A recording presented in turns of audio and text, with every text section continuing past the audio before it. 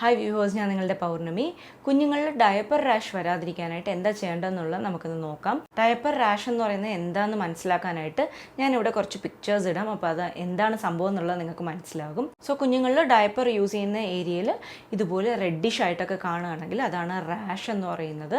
ഇത് വരുന്നതിന് പല റീസൺസ് ഉണ്ട്. നമുക്ക് ഓരോന്നായിട്ട് നോക്കാം. അത് മാറ്റാനായിട്ട് എന്ത് ചെയ്യണം എന്നുള്ളതും നോക്കാം. ഇതിൽ ആദ്യത്തെ റീസൺ എന്ന് പറയുന്നത് കണ്ടിന്യൂസ് ആയിട്ടുള്ള യൂസേജാണ്. നമ്മൾ ഒരു ഡയപ്പർ മാറ്റി അപ്പം തന്നെ ക്ലീൻ ചെയ്ത് വീണ്ടും ഒരു ഡയപ്പർ ഇടുമ്പോഴത്തേക്ക് ഡയപ്പർ റാഷ് വരാനുള്ള ചാൻസ് എന്ന് പറയുന്നത് വളരെ കൂടുതലാണ്. പക്ഷേ എൻ്റെ കുഞ്ഞിൻ്റെ കാര്യത്തിൽ പറയുകയാണെന്നുണ്ടെങ്കിൽ അവർക്ക് ഈ കോട്ടൺ ഡയപ്പർ യൂസ് ചെയ്യുന്നതിൽ വലിയ താല്പര്യമില്ല. ഭയങ്കരമായിട്ട് കരയും. കാര്യം ഇത് പെട്ടെന്ന് വെറ്റാകും. നമ്മൾ ഈ റീയൂസബിൾ ഡയപ്പേഴ്സൊക്കെ ഉണ്ടല്ലോ, അത് വേഗം വെറ്റാകും. അപ്പോൾ അത് കാരണം അവൾ ഉറങ്ങത്തില്ല, ഭയങ്കരമായിട്ട് കരയൊക്കെ ചെയ്യുമായിരുന്നു. അതുപോലെ തന്നെ ഡയപ്പർ ഇല്ലാണ്ട് കിടത്താമെന്ന് വിചാരിച്ചാൽ അതും സമ്മതിക്കത്തില്ലായിരുന്നു. അപ്പോൾ ഞങ്ങൾ ഡോക്ടറോട് ചോദിച്ചപ്പോൾ ഡോക്ടർ പറഞ്ഞത് കണ്ടിന്യൂസ് ആയിട്ട് യൂസ് ചെയ്യണം എന്നുണ്ടെങ്കിൽ തീർച്ചയായിട്ടും ഒരു 2 to 3 hours ഈ ഡയപ്പർ ചേഞ്ച് ചെയ്യണം. അതിൽ യൂറിൻ ഉണ്ടായാലും ശരി ഇല്ലെങ്കിലും ശരി. കാര്യം ഒരു 1-2 തുള്ളിയെങ്കിലും യൂറിൻ എന്തായാലും ഈ 2 മുതൽ 3 മണിക്കൂറിനിടയ്ക്ക് ഉണ്ടാവും. അവർക്ക് അത്രയൊന്നും ഹോൾഡ് ചെയ്ത് നിർത്താനായിട്ട് പറ്റത്തില്ലല്ലോ. അതല്ല അങ്ങനെ ചേഞ്ച് ചെയ്യാൻ പറ്റില്ല എന്നാണെങ്കിൽ അറ്റ്ലീസ്റ്റ് ഒരു 3 to 4 hours ഒരിക്കലെങ്കിലും ചേഞ്ച് ചെയ്യണം. അങ്ങനെയാണെങ്കിൽ നിങ്ങൾക്ക് കണ്ടിന്യൂസ് ആയിട്ട് യൂസ് ചെയ്യാമെന്ന് പറഞ്ഞിട്ടുണ്ടായിരുന്നു. സോ ഞങ്ങൾ അങ്ങനെയാണ് ചെയ്യുന്നത്. നിങ്ങളുടെ കുട്ടിക്ക് ഡയപ്പർ ഇല്ലാതെ അത് ഓക്കെ ആണ്, കംഫർട്ടബിൾ ആണെന്നുണ്ടെങ്കിൽ മാക്സിമം ഓരോ ഡയപ്പർ ചേഞ്ചിനിടയ്ക്കും ഒരു കുറച്ച് സമയം, ഒരു 15 മിനിറ്റെങ്കിലും ഫ്രീ ആയിട്ട് കിടത്തുക. അപ്പോൾ അവർക്ക് നല്ലോണം കാറ്റ് കൊള്ളുകയും ഈ ഡയപ്പർ റാഷ് വരാതിരിക്കുകയും ചെയ്യും. അപ്പോൾ എൻ്റെ മോൾക്ക് ഡയപ്പർ റാഷ് ഈ ഒരു റീസൺ കാരണം വന്നിട്ടില്ല, ഈ കണ്ടിന്യൂസ് ആയിട്ട് യൂസ് ചെയ്യുന്നത് കാരണം വന്നിട്ടില്ല. പക്ഷേ അവൾക്ക് ഡയപ്പർ റാഷ് വന്ന ഒരു റീസൺ ഉണ്ട്. അതെന്താണെന്ന് വെച്ചാൽ ടൈറ്റ് ഫിറ്റ് ആയിട്ടുള്ള ഡയപ്പർ. ഇത് നമ്മൾ ശ്രദ്ധിക്കേണ്ട ഒരു കാര്യമാണ്. ഇപ്പോൾ കുട്ടിയുടെ സൈസ് M ആണെന്നുണ്ടെങ്കിൽ നമ്മൾ S സൈസ് ഇട്ട് കൊടുക്കുകയാണെങ്കിൽ കുട്ടിക്ക് വലിയ ബുദ്ധിമുട്ടൊന്നും ഉണ്ടായിരിക്കില്ല. നമ്മൾ ആ ഡയപ്പർ ഊരുമ്പോഴത്തേക്ക് നമുക്ക് അറിയാൻ പറ്റും, ഇത് ടൈറ്റ് ആണെന്ന് അറിയാൻ പറ്റും. കുട്ടി ബുദ്ധിമുട്ടൊന്നും കാണിക്കത്തില്ല. പക്ഷേ ഡയപ്പർ റാഷ് വരും. ഇഷയ്ക്ക് ഇങ്ങനെയാണ് ഒരിക്കൽ വന്നത്. അതെന്താ കാരണമെന്ന് വെച്ചാൽ ഞങ്ങൾക്ക് മനസ്സിലായി കുട്ടിയുടെ ഡയപ്പർ ടൈറ്റ് ആണെന്നുള്ള മനസ്സിലായി. അടുത്ത ഡയപ്പർ ഞങ്ങൾ ഓർഡർ ചെയ്യുക ചെയ്തത് ആമസോണിൽ നിന്ന്. ഇത് വരാനായിട്ട് കുറച്ച് ദിവസം ലേറ്റായി. അതുമാത്രമല്ല ഈ S സൈസിലുള്ള ഡയപ്പേഴ്സ് ആണെങ്കിൽ ബാക്കി ഉണ്ടായിരുന്നു. അപ്പോൾ അത് തീർത്തിട്ട് നമുക്ക് അടുത്ത ഡയപ്പറിലോട്ട് മാറ്റാമല്ലോ എന്ന് വിചാരിച്ചിട്ട് നമ്മൾ അടുത്തുള്ള കടയിൽ നിന്ന് ഒന്നും വാങ്ങിയില്ല. ആ ഡയപ്പർ വരട്ടെ എന്ന് വിചാരിച്ചു. M സൈസ് വരുന്നത് വരെ S സൈസ് ഉണ്ടല്ലോ എന്ന് വിചാരിച്ചിട്ട് ഇത് തന്നെ ഇട്ട് കൊടുക്കുന്നുണ്ടായിരുന്നു.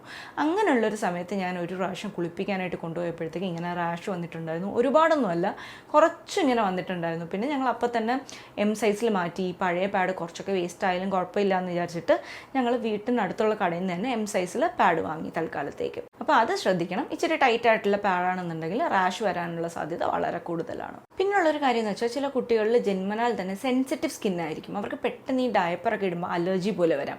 ഇങ്ങനെയുള്ള സിറ്റുവേഷനിൽ തീർച്ചയായിട്ടും നിങ്ങൾ ഡോക്ടറെ കാണിക്കണം. സോ ഡോക്ടർ എന്താണോ പറയുന്നത് അതനുസരിച്ചിട്ട് മുന്നോട്ട് പോകണം. ഇനി മറ്റൊരു റീസൺ എന്ന് പറയുന്നത് വെറ്റ് വൈപ്സ് നമ്മൾ കറക്റ്റായിട്ട് ചൂസ് ചെയ്തില്ല എന്നുണ്ടെങ്കിലും ഡയപ്പർ റാഷ് വരും. അതായത് കുട്ടിക്ക് വേണ്ടിയിട്ട് വാങ്ങുമ്പോഴത്തേക്ക് 99% വാട്ടർ അടങ്ങിയിട്ടുള്ള വെറ്റ് വൈപ്സ് നോക്കിയിട്ട് വാങ്ങണം. ഇത് ഞങ്ങളോട് ഡോക്ടർ ഡെലിവറി കഴിഞ്ഞ് വരുന്ന സമയത്ത് തന്നെ പറഞ്ഞിട്ടുണ്ടായിരുന്നൊരു കാര്യമാണ്. അപ്പോൾ കുട്ടികളിൽ യൂസ് ചെയ്യുമ്പോഴത്തേക്ക് വളരെ മൈൽഡായിട്ടുള്ള സോഫ്റ്റ് ആയിട്ടുള്ള ഒത്തിരി വാട്ടർ കണ്ടൻറ്റുള്ള വെറ്റ് വൈപ്സ് നോക്കിയിട്ട് വേണം വാങ്ങാനായിട്ട്. എൻ്റെ മോക്ക് യൂസ് ചെയ്യുന്ന വെറ്റ് വൈപ്സും സോപ്പ് അത്തരം പ്രോഡക്ട്സിൻ്റെ ഒക്കെ ലിങ്ക് ഡിസ്ക്രിപ്ഷനിൽ കൊടുത്തിട്ടുണ്ട്. ഇഷ്ടമാവുകയാണെങ്കിൽ വാങ്ങുക. അപ്പോൾ വെറ്റ് വൈപ്സ് വാങ്ങുന്നതിന് മുന്നേ തന്നെ അതിന് പിന്നിൽ എന്തൊക്കെയാണ് അതിനകത്ത് അടങ്ങിയിട്ടുള്ളതെന്ന് എഴുതിയിട്ടുണ്ടാവുമല്ലോ. സോ അതൊക്കെ നോക്കണം. 99% വാട്ടർ ഉണ്ടോ എന്ന് നോക്കണം. അതുപോലെ തന്നെ വേറെ എന്തെങ്കിലുമൊക്കെ കെമിക്കൽസ് ഒരുപാട് അടങ്ങിയിട്ടുള്ള വെറ്റ് വൈപ്സ് ആണെന്നുണ്ടെങ്കിൽ അത് അവോയ്ഡ് ചെയ്യണം. ഇനി നമുക്ക് റാഷ് ക്രീമിനെ കുറിച്ചിട്ട് നോക്കാം. അപ്പോൾ ഡയപ്പർ റാഷ് വന്നാൽ നമുക്ക് ഈ ക്രീം യൂസ് ചെയ്തിട്ട് അത് മാറ്റാനായിട്ട് പറ്റും. ഇത് ചിലർ ഡെയിലി യൂസ് ചെയ്യുന്നുണ്ട്. അതായത് റാഷ് വരണം എന്നൊന്നുമില്ല, അല്ലാണ്ട് തന്നെ നമുക്കിത് യൂസ് ചെയ്യാൻ പറ്റും. സോ ഡെയിലി യൂസ് ചെയ്യുന്ന ആൾക്കാരുണ്ട്. ഞങ്ങൾ എങ്ങനെയാണ് ചെയ്യുന്നതെന്ന് വെച്ചാൽ 2 days ഒരിക്കലാണ് യൂസ് ചെയ്യുന്നത്.